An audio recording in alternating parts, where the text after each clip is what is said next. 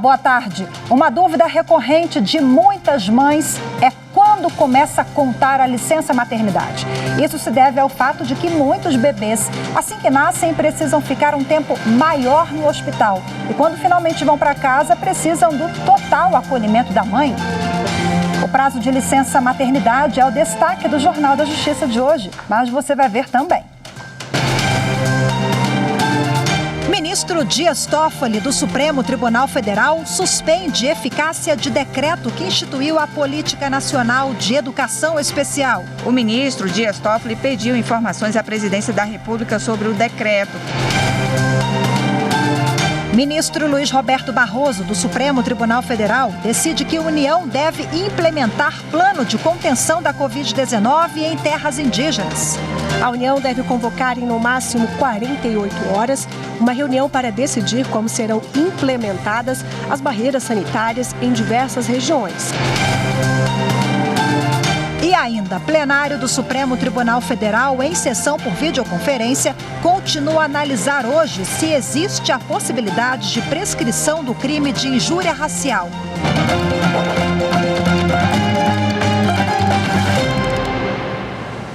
O ministro do Supremo Tribunal Federal suspendeu o decreto deste ano do governo federal que determina a criação de escolas especiais para alunos com deficiência. A suspensão do decreto atende a um pedido do Partido Socialista Brasileiro, que entrou com uma ação no STF. Segundo o partido, a criação de ambiente especial para alunos com deficiência vai de encontro com a educação inclusiva, já estabelecida desde 2008 e que dá prioridade de matrícula aos estudantes especiais em escolas regulares. Criar escolas especiais é uma forma de discriminação e segregação.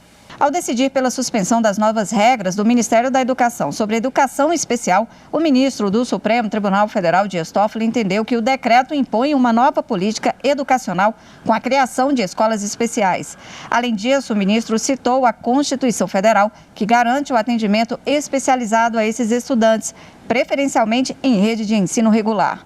O ministro ressaltou ainda que o país assumiu o compromisso com a Convenção Internacional sobre os Direitos Humanos das Pessoas com Deficiência para garantir uma educação inclusiva. O ministro Dias Toffoli pediu informações à Presidência da República sobre o decreto, que terá 3 dias para responder. A decisão do ministro Dias Toffoli deve ser referendada pelo plenário no dia 11 deste mês. E a União deve implementar um plano de contenção da Covid-19 em terras indígenas em até 48 horas. A decisão é do ministro Luiz Roberto Barroso, que atendeu a um pedido da articulação dos povos indígenas. A decisão é uma resposta de um ofício feito pela Articulação dos Povos Indígenas do Brasil e encaminhado ao Conselho Nacional de Justiça. Com isso, a União deve convocar em no máximo 48 horas uma reunião para decidir como serão implementadas as barreiras sanitárias em diversas regiões, como Alto do Rio Negro, Enauene, Nauê e Vale do Javari. Nesta mesma ação, o ministro Luiz Roberto Barroso já havia determinado que o governo apresentasse um plano de contenção do vírus nas comunidades indígenas. A decisão chegou a ser referendada pelo plenário, mas as 2 versões do plano de contenção foram rejeitadas por, na visão do ministro, serem genéricas e vagas. Barroso ainda prorrogou o prazo para que o governo apresentasse uma nova versão até o último dia 23. Ao analisar o pedido dos indígenas, o ministro avaliou que a falta de barreiras sanitárias coloca em risco a vida desta população. De acordo com a decisão, deverão ser imediatamente identificados a localização, os materiais e os recursos que serão disponibilizados nas barreiras. O Supremo também deve ser informado sobre o planejamento para decidir e monitorar a implementação das medidas. E a FUNAI recebeu do Ministério Público Federal uma recomendação para que os povos indígenas sejam consultados sobre a escolha do novo coordenador da fundação na região noroeste do Mato Grosso. A medida é reconhecida por lei, mas denúncias apontam que a FUNAI tem feito a seleção por conta própria. A Câmara de Populações Indígenas e Comunidades Tradicionais do Ministério Público Federal recebeu uma série de denúncias de que os indígenas não aprovaram a exoneração do coordenador da FUNAI na região noroeste e que eles também não foram consultados sobre a contratação do substituto. Assim que recebeu a notícia, o MPF enviou um ofício à presidência da FUNAI questionando o assunto.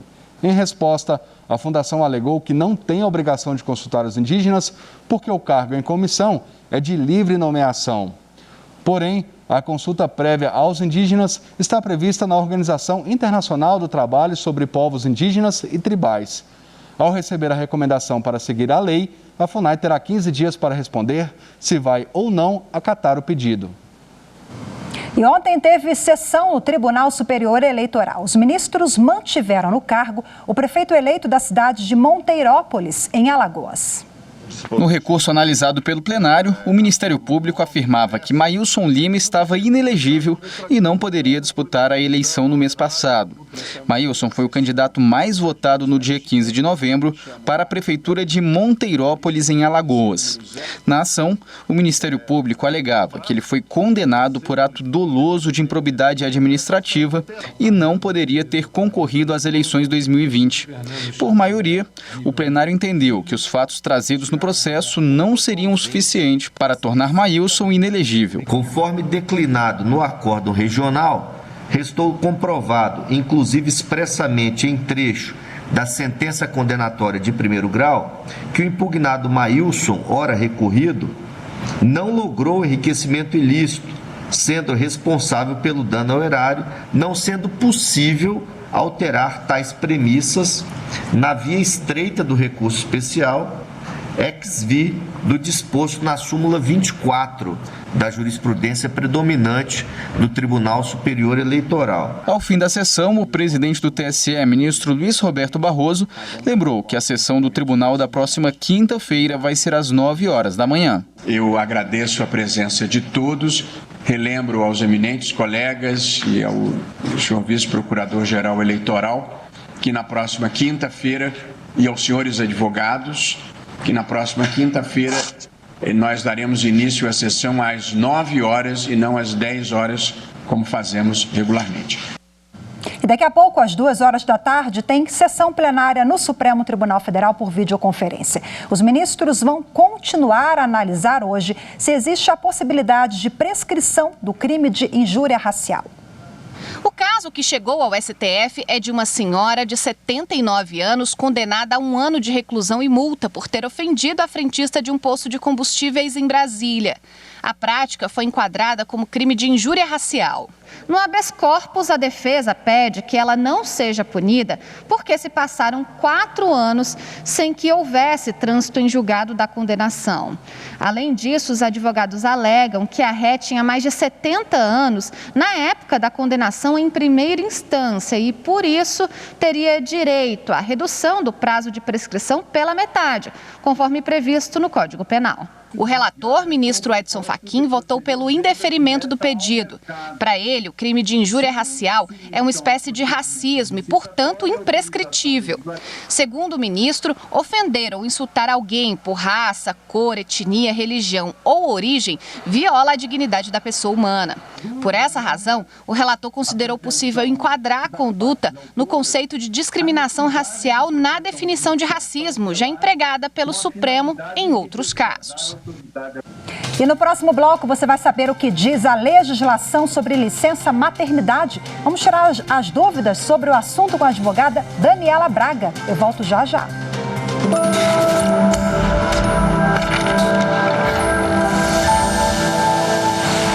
A Constituição é a lei fundamental do Brasil. Ela se encontra no topo do ordenamento jurídico e serve de parâmetro para as demais espécies normativas.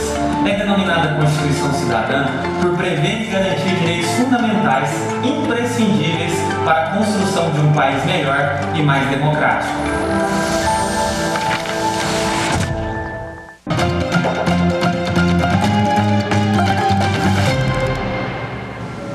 Para quem tem filhos prematuros, a licença maternidade começa a partir da alta da mãe ou do bebê e pode ser prorrogada dependendo do caso.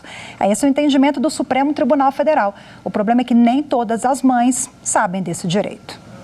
O filho de Maísa nasceu prematuro, aos 5 meses e meio de gestação. Tomás tinha apenas 550 gramas e 29 centímetros e meio. A mãe teve alta do parto, mas precisou frequentar o hospital por 7 meses, período em que o filho ficou na UTI neonatal. A preocupação depois desse período de internação foi como ia ficar a licença maternidade, já que Tomás ainda ia precisar de cuidados especiais em casa. Nos 2 primeiros meses eu nem parei para pensar muito nisso, porque ele estava super instável, estava completamente focada nele, mas aí foi chegando na metade da licença, eu comecei a ficar preocupada, né, e fui buscar sobre. Em abril deste ano, o Supremo Tribunal Federal entendeu que a licença maternidade começa a contar a partir da alta da mãe ou do bebê. Essa decisão é para garantir a presença da mãe na rotina do prematuro, contato indispensável para o desenvolvimento físico e psíquico. A decisão é para suprir uma falta na legislação para os casos de recém-nascidos prematuros que precisam de internações mais longas. Maísa recorreu à justiça para ter esse direito e não só conseguiu a prorrogação da licença maternidade depois de ter o pedido negado pelo INSS, como também as férias que já tinha tirado para ficar com o bebê. Tomás nasceu em fevereiro e ela só vai voltar a trabalhar em janeiro do ano que vem. E esse tempo é super importante, porque ele faz fisioterapia motora, respiratória, fonoterapia. Inicialmente ele tem um acompanhamento muito rigoroso com pneumologista, cardiologista, né? Depois que a gente vai tendo mais alta desses médicos, né? E eu vou precisar treinar uma pessoa, né? Uma babá, para poder cuidar dele quando eu voltar a trabalhar. E para detalhar o assunto, eu converso agora com a advogada Daniele Braga. Olá, boa tarde, seja muito bem-vinda. Obrigada pela sua disponibilidade. Boa tarde, Rafael. Agradeço o convite. Bom, o que mudou depois da decisão do Supremo Tribunal Federal, que foi em abril? Antes disso, como é que funcionava? Cada caso era um caso, de acordo com a avaliação do magistrado? Exatamente, cada caso era um caso, dependia muito do magistrado, né? Ficava muito na mão dos juízes e dos tribunais regionais.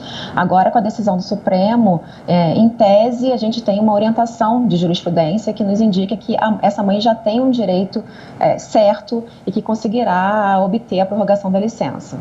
Bom, com essa falta, a matéria não era pacificada, digamos assim, pela mais alta corte do país, por isso gerava até uma certa insegurança jurídica, né? Com entendimentos diversos. Você atribui a isso também, doutora, a falta de conhecimento de muitas mães? Nós vimos agora na reportagem, né? A mãe fica completamente perdida, insegura, num momento tão frágil, tão sensível. A mãe acaba sem saber quem procurar, se o atestado médico vale. Há, de fato, essa falta de conhecimento? A falta de conhecimento dos direitos é histórico da sociedade brasileira, né? Nós somos uma sociedade que desconhece os nossos direitos constitucionais, sejam eles individuais ou sociais. Isso se reflete na realidade. E principalmente nas mães de UTI, num momento muito delicado, estressante da vida, elas ficam um pouco perdidas, sem saber para onde recorrer, a informação não chega redondo, os profissionais de saúde não têm a informação para repassar, os assistentes sociais. Então, é um momento muito complicado, né? Elas ficam bem perdidas. É preciso que a sociedade divulgue essa informação, que os hospitais, os profissionais de saúde que atendem lá, psicólogos, assistentes sociais, tenham esse conhecimento básico do direito dessas mães para que passem a informação. A divulgação é fundamental. Bom, nós temos hoje uma licença maternidade prevista em lei de 4 meses. Dependendo da empresa, a empresa precisa aderir ou não a um programa específico, né? A licença pode ser estendida para 6 meses. Nesse caso, de um bebê prematuro, há uma negociação em torno da extensão desse período? A extensão do período está prevista pelo prazo de 120 dias. Na verdade, a licença, ela agora, com essa decisão do Supremo, que está consolidando a matéria, ela pode ser prorrogada e durante o período de internação, essa licença fica interrompida, não conta o prazo de 120 dias. Com a alta hospitalar, é que essa licença vai começar a contar os 120 dias. Então, a partir dali é que se conta os prazos de licença normais. Então, mas a licença maternidade, ela só é dada após o nascimento do bebê? Porque nós temos, a gente fala muito, 9 meses, né? A gestação é composta por 9 meses, mas a gente tem ali aquelas semanas, né? Geralmente dá até mais de 9 meses, mas como é que funciona isso? Qual é o marco que a empresa pode, a partir dali, vale a licença maternidade? A legislação, ela prevê que a licença ela pode ser deferida do 28º dia antes da data que antecede o parto. Então, a critério do médico assistente dessa paciente, dessa mãe, ele pode deferir essa antecipação da licença. Esse é o marco temporal. Então, se mesmo a mãe não teve neném ainda, não está habilitada, um atestado médico não valeria? Ela precisa entrar direto na licença maternidade? Não.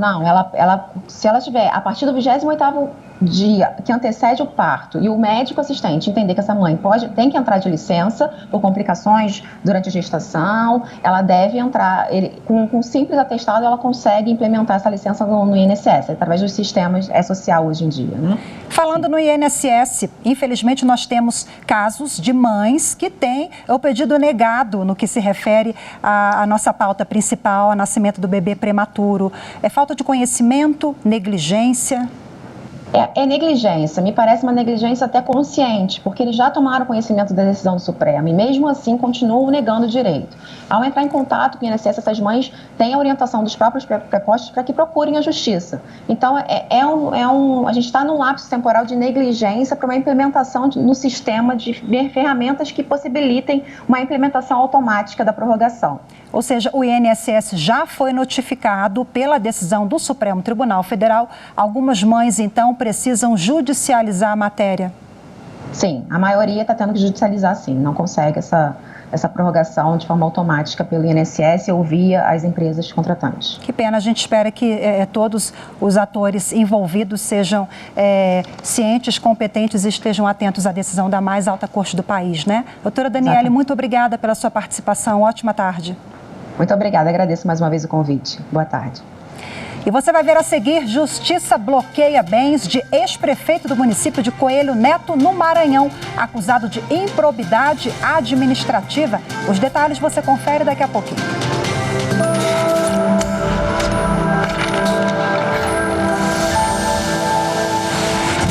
A Constituição Federal de 88 é conhecida como a Constituição Cidadã, em razão do período na qual ela foi promulgada, sendo a norma-mãe das outras do ordenamento jurídico brasileiro, inclusive as de direito do trabalho, trazendo proteção para homens e mulheres, negros e brancos, trabalhadores urbanos e rurais, domésticas e trazendo também segurança jurídica para as relações de trabalho.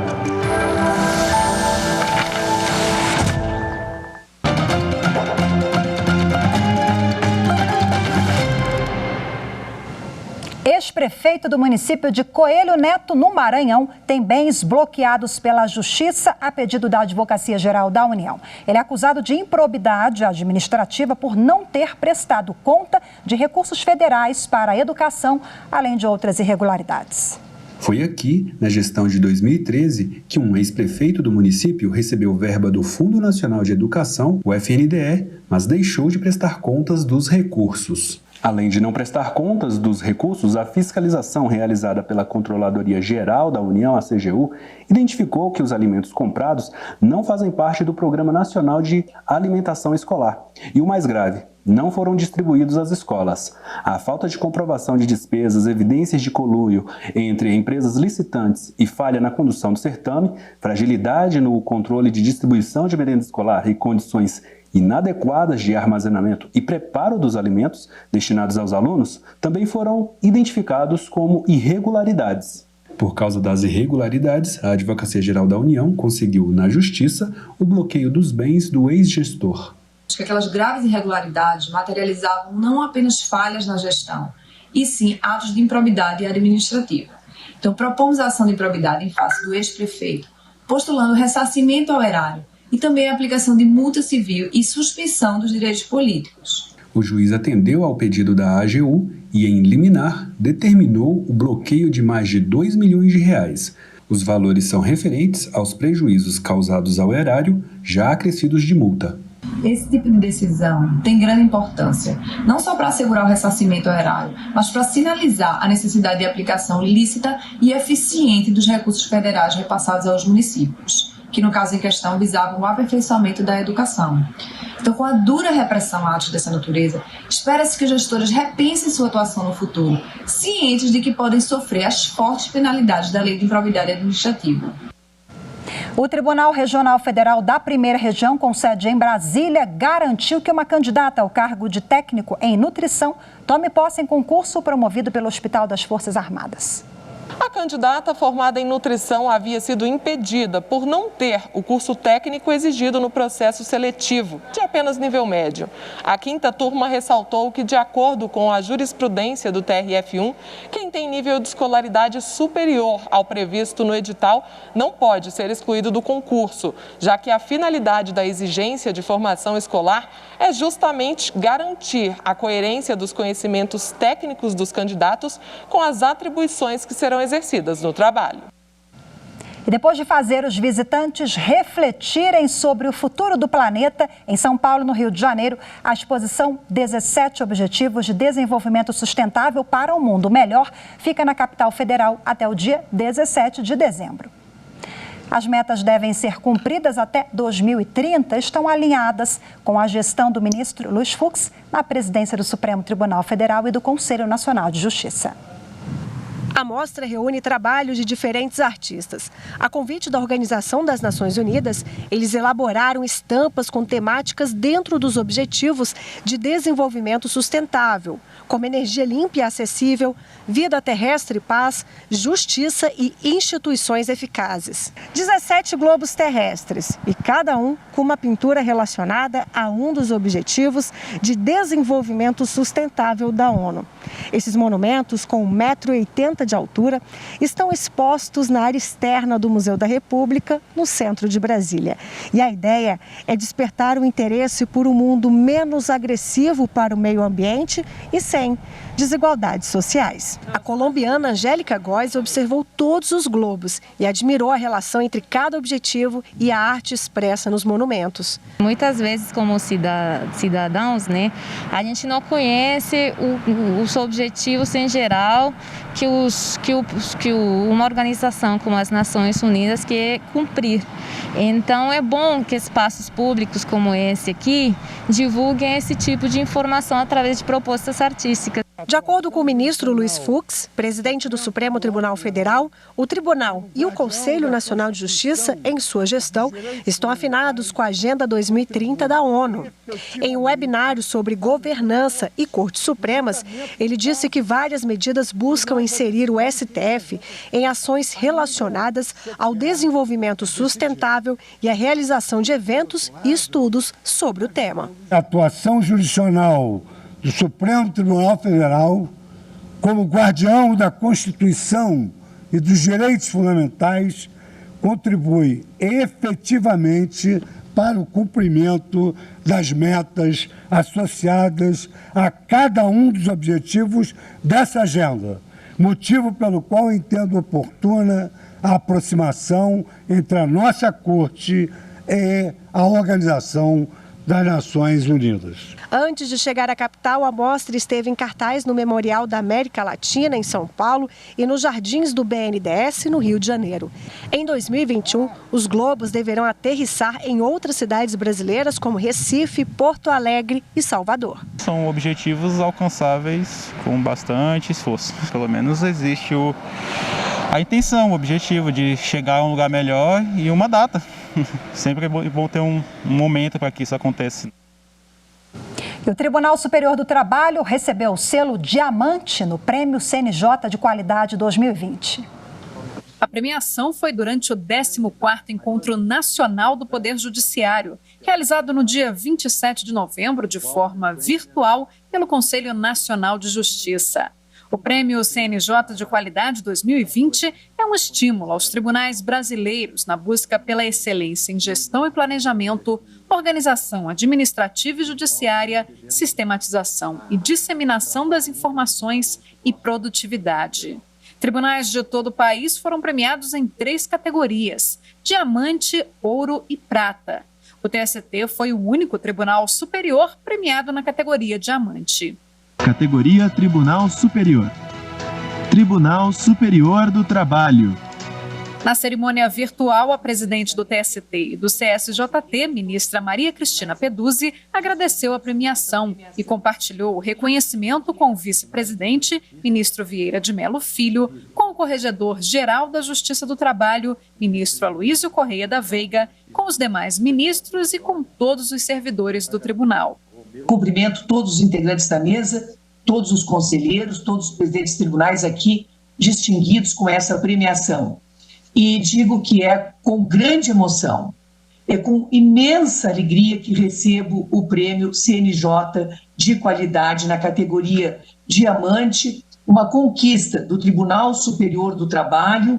Também na categoria Diamante foram premiados os Tribunais Regionais do Trabalho da 12ª Região, em Santa Catarina, da 15ª em São Paulo e da 18ª em Goiás. Na categoria Ouro foram premiados o TRT da 6ª Região, em Pernambuco, da 22ª Região, no Piauí, da 8ª Região, que abrange o Pará e o Amapá, o TRT da 3ª Região, em Minas Gerais, o TRT da 21ª Região, no Rio Grande do Norte, e o TRT da 9ª Região, no Paraná. Na categoria Prata foram premiados 7 Tribunais Regionais do Trabalho. O TRT da 24ª Região, no Mato Grosso do Sul, o TRT da 16ª Região, no Maranhão, o TRT da 7ª Região, no Ceará, o TRT da 13ª Região, na Paraíba, o TRT da 1ª Região, no Rio de Janeiro, o TRT da 17ª Região, no Espírito Santo, e o TRT da 11ª Região, que abrange Amazonas e Roraima. E hoje ficamos por aqui. Muito obrigada pela sua companhia. Uma ótima tarde para você e até amanhã.